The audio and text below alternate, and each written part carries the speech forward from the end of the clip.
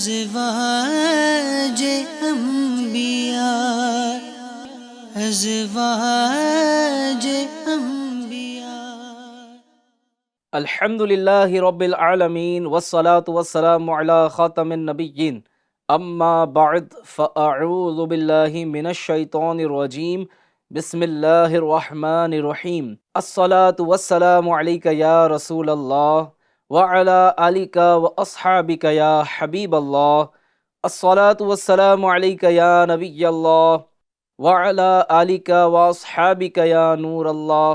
F Jain channel کے ناظرین، الحمدللہ پروگرام ہے ازواج انبیاء کی حکایات، اور الحمدللہ اب تک ہم بہت سارے ایپیسوڈ آپ کی خدمت میں پیش کر چکے ہیں۔ آپ نے بہت کچھ سنا، سیکھا اور سمجھنے کی کوشش بھی کی ہوگی۔ اور یہ بھی بات عرض کرتا چلو ناظرین کہ گھر میں بہت سارے لوگوں کے بہت سے تذکرے ایسے ہوتے ہیں جو شاید نہیں ہونے چاہیے۔ فلم ایکٹروں کے تذکرے ہو رہے ہوتے ہیں، سنگروں کی باتیں ہو رہی ہوتی ہے، ڈانسروں کی بات ہو رہی ہوتی ہے، تو باکسروں کی بات ہو رہی ہے، تو کرکٹروں کی بات ہو رہی ہے۔ کاش کہ ہمارا گھر جو ہے یہ ایسی مثال قائم کرے کہ اس میں انبیاء کے تذکرے ہوں، صحابہ اور صحابیات کے تذکرے ہوں۔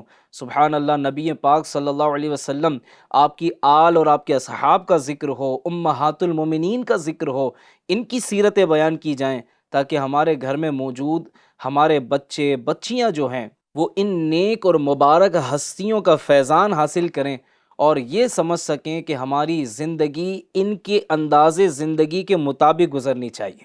ورنہ یاد رکھیے، سوشل میڈیا نے ویسے ہی دین سے بہت دور کر رکھا ہے، علم دین سے دور کر رکھا ہے، اچھوں کی صحبت سے دور رکھا ہے۔ وہ کیسے؟ ہمارے پاس جو ٹائم تھا وہ ہم نے سوشل میڈیا کو دے دیا۔ اب سوشل میڈیا پہ نہ دیکھنے والی چیزیں دیکھ کر گھنٹوں گزر رہے ہیں۔ پہلے لوگوں کے پاس ٹائم تھا یا وہ اپنے کام کاج سے ٹائم نکالتے تھے تو اس وقت میں وہ علم دین سیکھتے تھے۔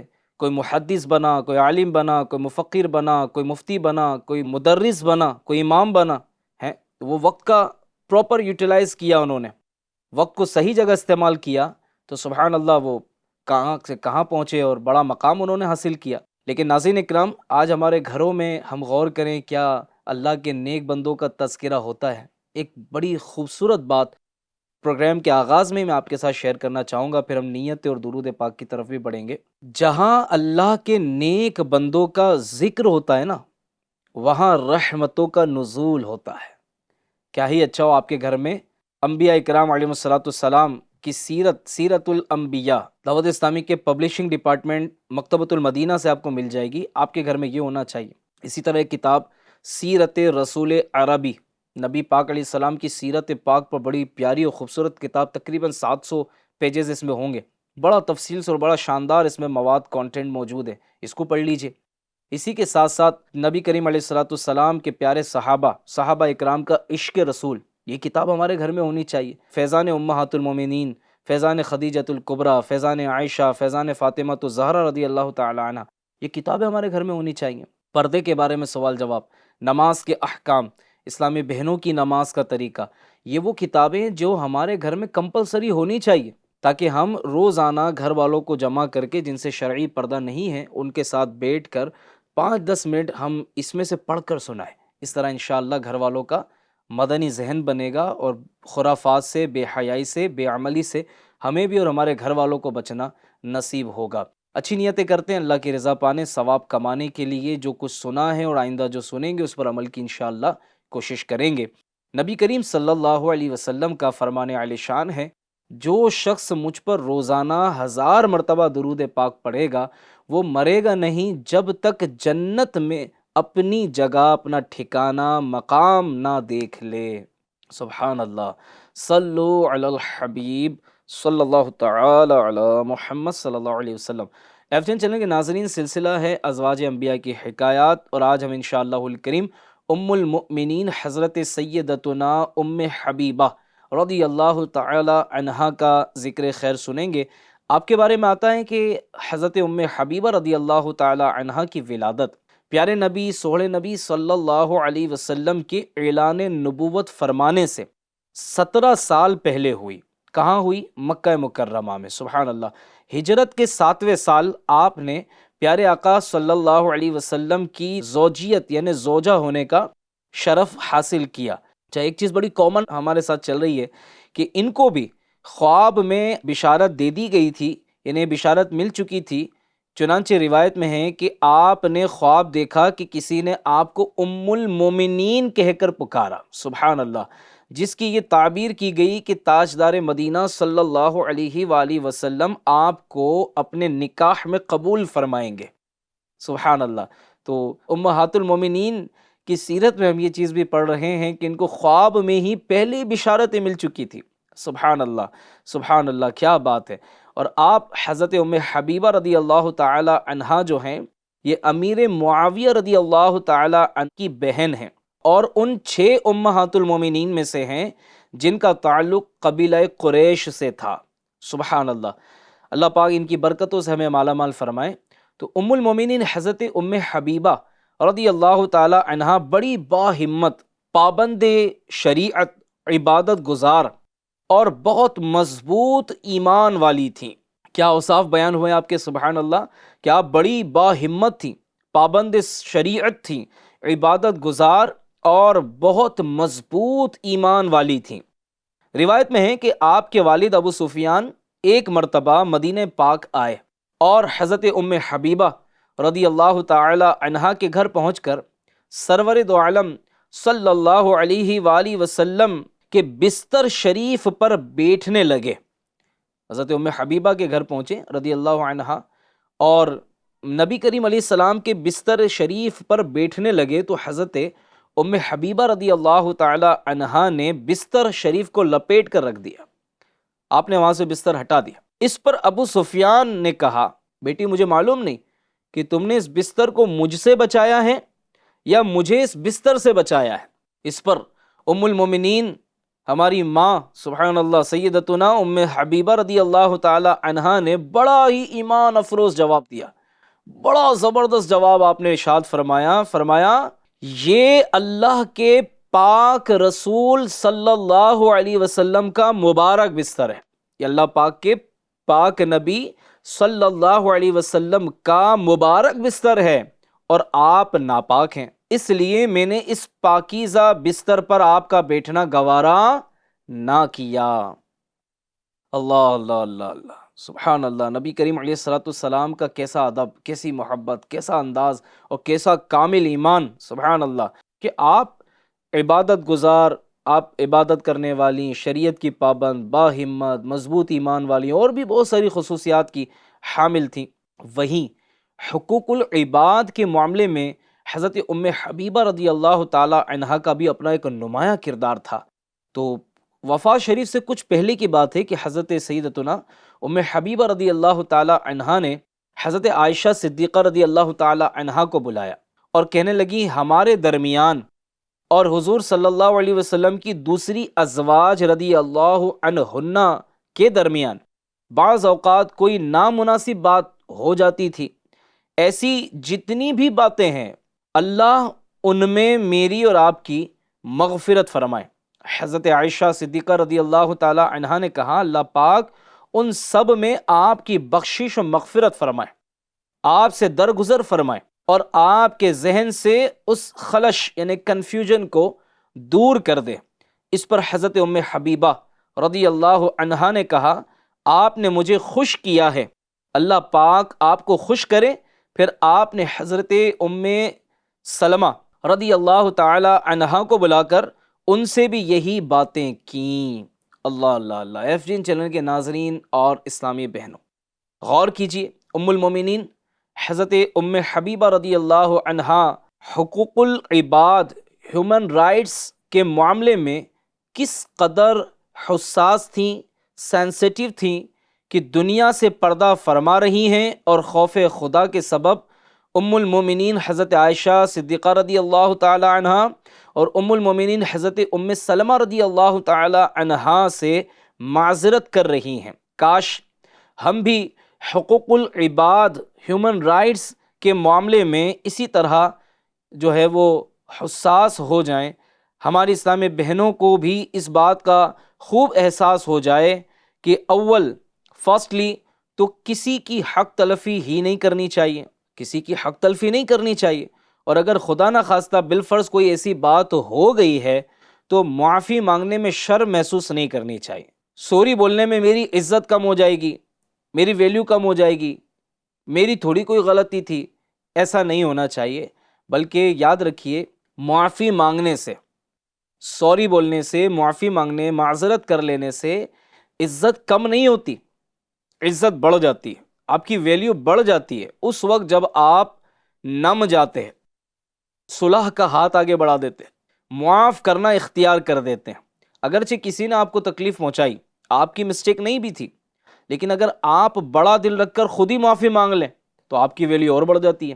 اور جس سے معافی مانگ رہے ہیں، بعض مرتبہ اسے یہ فیل ہو جاتا ہے، ریئلائز ہو جاتا ہے کہ غلطی تو میری ہی تھی، لیکن پھر بھی انہوں نے مجھ سے معافی مانگی، تو بعض مرتبہ ایسا بھی ہوتا ہے کہ اس انداز سے سامنے والے کا دل نرم پڑ جاتا ہے، جی ہاں، اس کا دل نرم پڑ جاتا ہے، اسے اپنی غلطی کا احساس ہو جاتا ہے، اور وہ پھر آئندہ سے بہت سارے معاملات سے بچنے میں کامیاب ہو جاتا ہے۔ وہیں ایک اور بات ناظرین، آج اگر دنیا میں کسی کی کوئی حق تلفی کی ہے، کسی کے حق ہم نے پامال کیے ہیں، ٹھیک ہے، کسی کے رائٹس کے ساتھ ہم نے کھلواڑ کیا ہے، تو ابھی سانسیں چل رہی ہیں، ابھی زندگی ہے، ابھی ہم معافی مانگ سکتے ہیں، کسی کا پیسہ لوٹانا ہے لوٹا سکتے ہیں، آپ کے پاس وقت ہے، لیکن جس دن یہ دھڑکنیں بند ہو گئیں، سانسیں رک گئیں، دنیا سے رشتہ منقطع ہو گیا، اندھیری قبر میں اتار دیا گیا، تو اب دوبارہ آ کر وہ ساری چیزوں کی خلاصی نہیں ہو سکتی۔ یعنی اگر کسی کا پیسہ کھا لیا تھا، ایسا نہیں ہوگا کہ قبر میں دفنا دینے کے بعد آپ واپس آ کر اپنا قرض ادا کریں گے،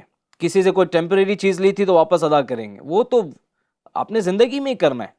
تو اس سے پہلے کہ آنکھیں بند ہو جائیں، اس پروگرام کو دیکھ کر سن کر اللہ کرے ہماری آنکھیں کھل جائیں، اور ہم جو ہیں جن جن کے حقوق ہم نے پامال کیے ہیں، ہم اللہ کرے ان سے معافی تلافی کر لیں، ورنہ یاد رکھیے قیامت کے دن بڑی تکلیف ہو سکتی ہے، کیونکہ جو مظلوم ہوگا نا، وہ تو اپنے حق کا مطالبہ کرے گا، اس وقت کیا بنے گا، اس وقت کیا کریں گے؟ کسی کے گھر پہ قبضہ کر کے بیٹھ گئے، کسی کی دکان پہ قبضہ کر کے بیٹھ گئے، کسی سے پیسہ لیا کاروبار شروع کرنے کے نام پر کہ میں آپ کو ریٹرن کرتا ہوں، دینے کا نام ہی نہیں لے رہے، قرضہ لے لیا لوٹانے کا نام نہیں لے رہے ہیں، بلا اجازت کسی کی چپل استعمال کر لی، کسی کے کپڑے استعمال کیے، کسی کی گاڑی استعمال کر لی، وغیرہ وغیرہ، لمبی فہرست بن سکتی ہے ناظرین۔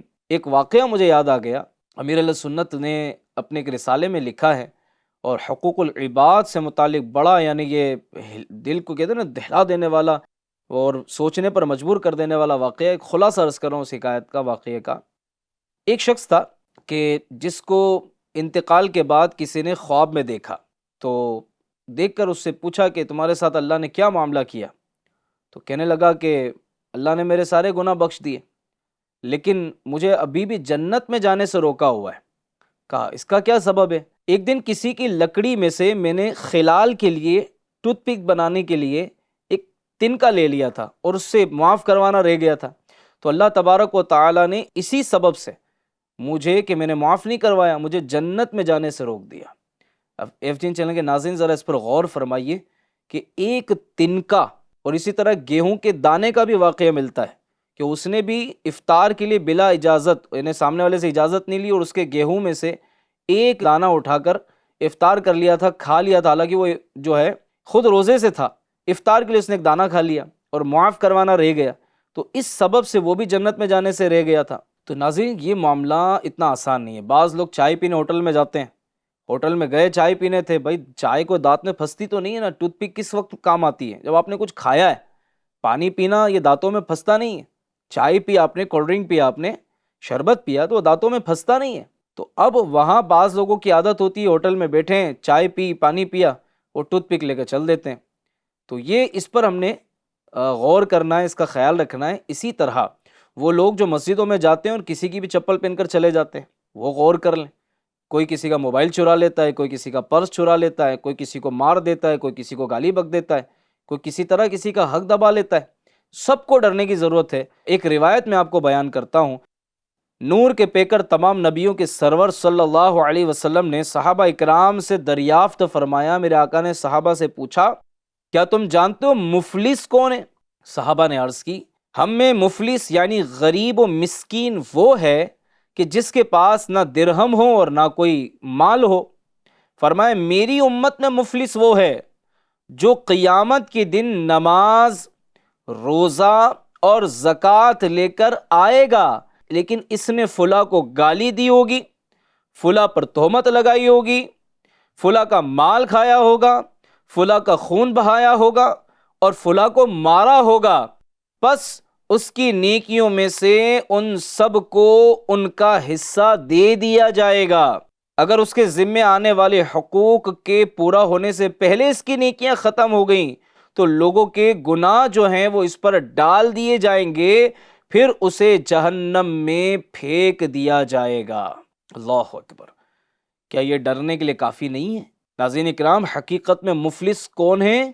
وہ ہے جو روزہ، نماز، حج، زکوٰۃ، صدقات، سخاوت و فلاحی کاموں اور بڑی بڑی نیکیوں کے باوجود قیامت میں خالی کا خالی رہ جائے، کبھی گالی دے کر، کبھی تہمت لگا کر، کبھی بلا اجازت شرعی کسی کو ڈانٹ کر، کسی کی بے عزتی کر کے، ذلیل کر کے، مار پیٹ کر کے، ٹیمپریری عارضی طور پر لی ہوئی چیزیں قصدن نہ لوٹا کر، قرض دبا کر، دل دکھا کر جن کو دنیا میں ناراض کر دیا ہوگا، وہ اس کی ساری نیکیاں لے جائیں گے، اور نیکیاں ختم ہو جانے کی صورت میں کیا ہوگا؟ ان کے گناہ کا بوجھ اس کے سر پر لاد دیا جائے گا اور اسے جہنم میں ڈال دیا جائے گا۔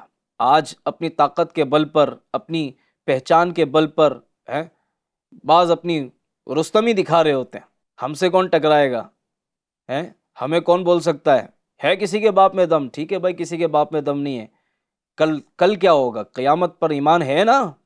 ایسا مسلم قیامت پر ایمان ہے، مر کے اٹھنے پر ایمان ہے، اللہ کے حضور حاضری پر ایمان ہے کہ مجھے اٹھایا جائے گا، مجھ سے حساب لیا جائے گا؟ ایک مسلمان کا ایمان ہے الحمدللہ۔ تو اسے یہ اس بات پر ڈرنا بنتا ہے کہ اگر مجھ سے ان چیزوں کا حساب لے لیا گیا تو کیا میں جواب دے پاؤں گا؟ کیا میں خلاصی پا سکوں گا ان چیزوں سے؟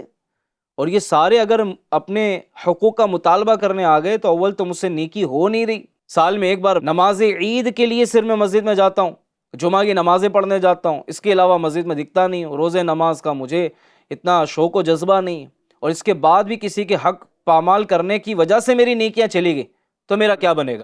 تو قیامت کے دن کیا ہم اس کا جواب دے سکیں گے؟ تو ناظرین، یہی سمجھ میں آتا ہے کہ ہم میں سے کوئی بھی قیامت کے دن حساب دینے کی طاقت نہیں رکھتا۔ آج ہم زندگی کی بات کر لیں، ابھی ہم زندہ ہیں، بھرے مجمع میں ہم سے کوئی ہمارے اعمال کے بارے میں پوچھ لے تو ہم پسینہ پسینہ ہو جائیں، ہم تکلیف میں آ جائیں، ہم بیان نہ کر سکیں۔ تو آپ غور کریں کہ قیامت کا دن کیسا ہوگا۔ اعلیٰ حضرت امام احمد رضا خان رحمۃ اللہ تعالی علیہ فرماتے ہیں، یہاں دنیا میں معاف کرا لینا سہل یعنی آسان ہے، قیامت کے دن اس کی امید مشکل کہ وہاں ہر شخص اپنے اپنے حال میں گرفتار، نیکیوں کا طلبگار اور برائیوں سے بیزار ہوگا۔ پرائی نیکیاں اپنے ہاتھ آتے، اپنی برائیاں اس یعنی دوسرے کے سر جاتے کسے بری معلوم ہوتی ہیں۔ یہاں تک کہ حدیث میں آیا ہے کہ ماں باپ کا بیٹے پر کچھ دین، حقوق کا مطالبہ آتا ہوگا، اسے روز قیامت پیٹیں گے، یعنی ماں باپ اولاد کو پیٹیں گے کہ ہمارا دین، ہمارا حق دے۔ وہ کہے گا میں تمہارا بچہ ہوں، یعنی شاید رحم کریں۔ وہ یعنی والدین تمنا کریں گے کاش اور زیادہ حق ہوتا، تاکہ بیٹے سے نیکیاں لے کر یا اپنے گناہ اس کے سر ڈال کر اپنی خلاصی کروائیں۔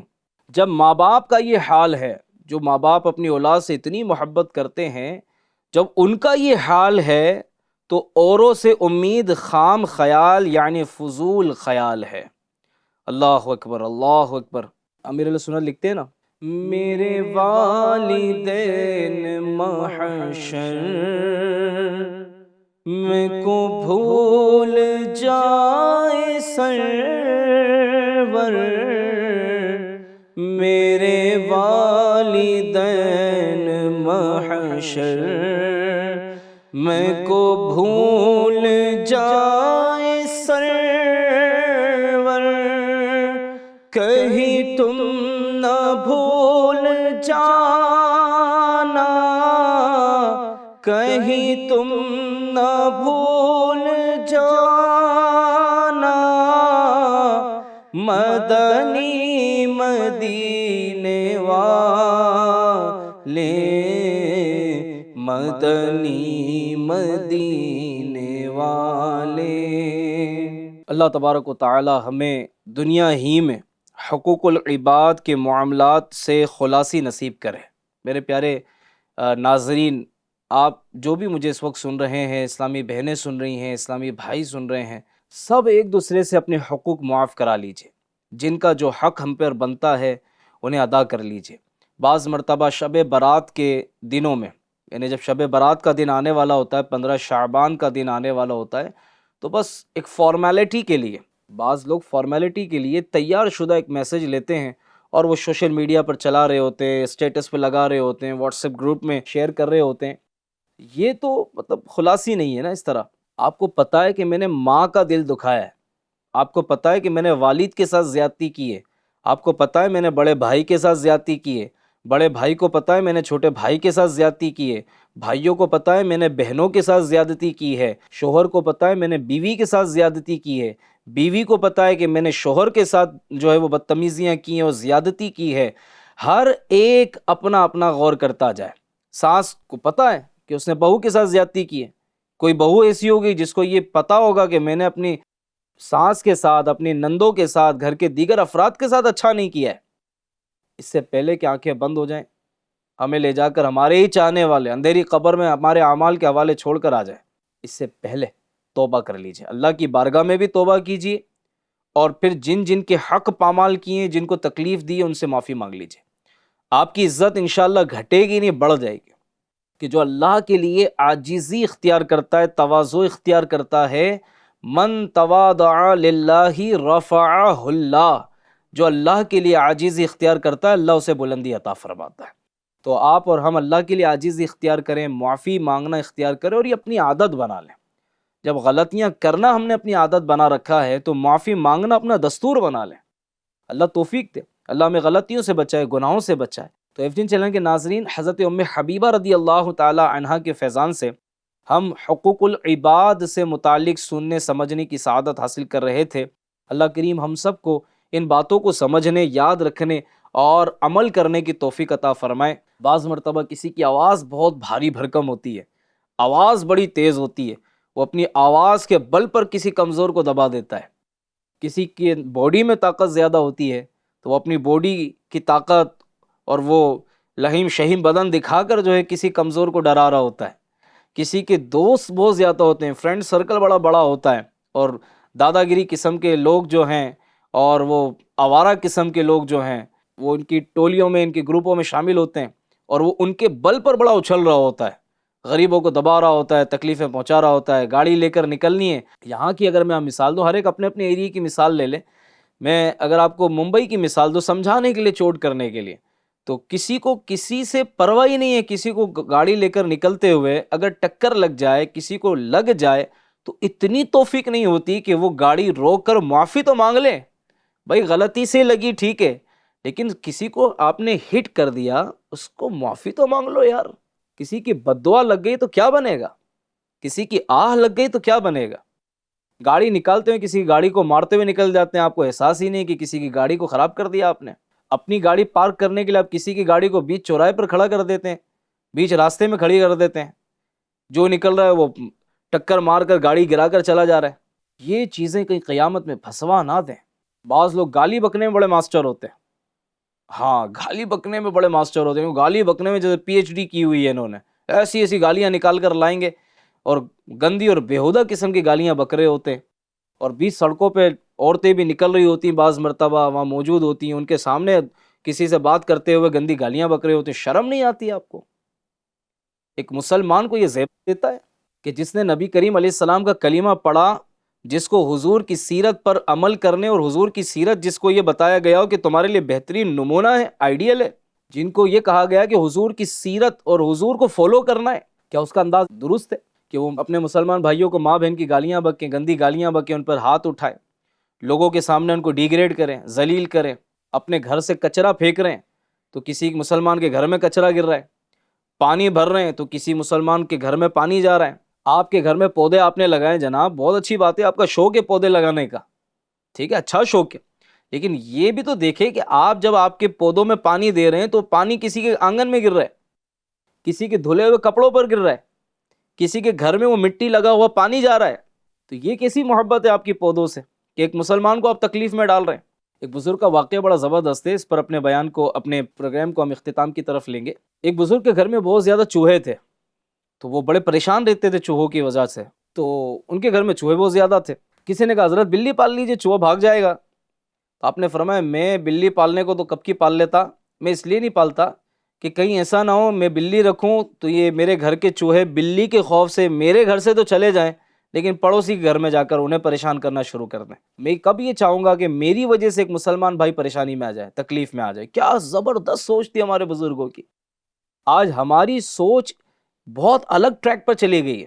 ہم جناب ٹھاٹ سے رہیں گے، ہم سکون سے رہیں گے، ہمیں کسی طرح کی تکلیف نہیں ہونی چاہیے۔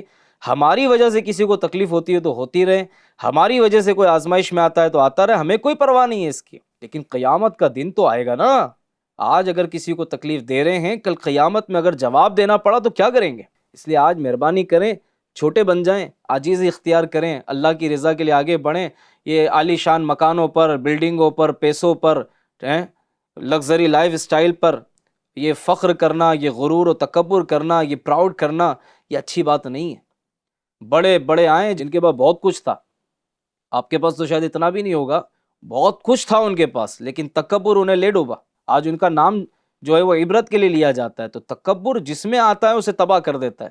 اس لیے کبھی بھی اپنی نالج پر، اپنی خوبصورتی پر، اپنے حسب نسب پر، اپنی جناب ویلتھ پر، انکم پر، اپنی بلڈنگ پر، اپنی عزت پر، اپنے چاہنے والوں کی فین فالوئنگ کی تعداد پر کبھی کسی کو حقیر مت سمجھیے، کسی کو اپنے سے گھٹیا مت سمجھیے۔ ہو سکتا ہے کہ اللہ تبارک و تعالیٰ کی بارگاہ میں وہی مقبول ہو اور آپ اسی کو ٹارگٹ بنا رہے ہیں، اس سبب سے آپ ذلیل و خوار ہو جائیں۔ اللہ پاک ہم سب کو ان نازک باتوں کو سمجھنے کی توفیق عطا کرے۔ تو خیر، حضرت ام حبیبہ رضی اللہ تعالی عنہا کا ہم ذکر خیر سن رہے تھے۔ حضرت سیدتنا ام حبیبہ رضی اللہ تعالی عنہا نے 44 ہجری 44 ہجری کو حضرت امیر معاویہ رضی اللہ تعالی عنہ کے دور حکومت میں دنیا سے کوچ فرمایا۔ اللہ پاک کی ان پر رحمت ہو اور ان کے صدقے ہماری بے حساب مغفرت ہو، آمین بجاہ خاتم النبیین صلی اللہ علیہ وآلہ وسلم۔ تو ناظرین، ہم نے الحمدللہ ام المومنین حضرت سیدتنا ام حبیبہ رضی اللہ تعالی عنہا کا ذکر خیر سننے کی سعادت حاصل کی۔ انشاءاللہ اگلے ایپیسوڈ میں ہم سیدتنا صفیہ رضی اللہ عنہا کا ذکر خیر سنیں گے۔ یہ بھی ازواج مصطفیٰ صلی اللہ علیہ وسلم میں سے ہیں، امہات المومنین میں سے، ان کا ذکر خیر سنیں گے۔ اگلا ایپیسوڈ بھی ضرور دیکھیے گا، بقیہ ایپیسوڈ بھی دیکھیے گا اور دوسروں کو ضرور شیئر بھی کیجیے گا۔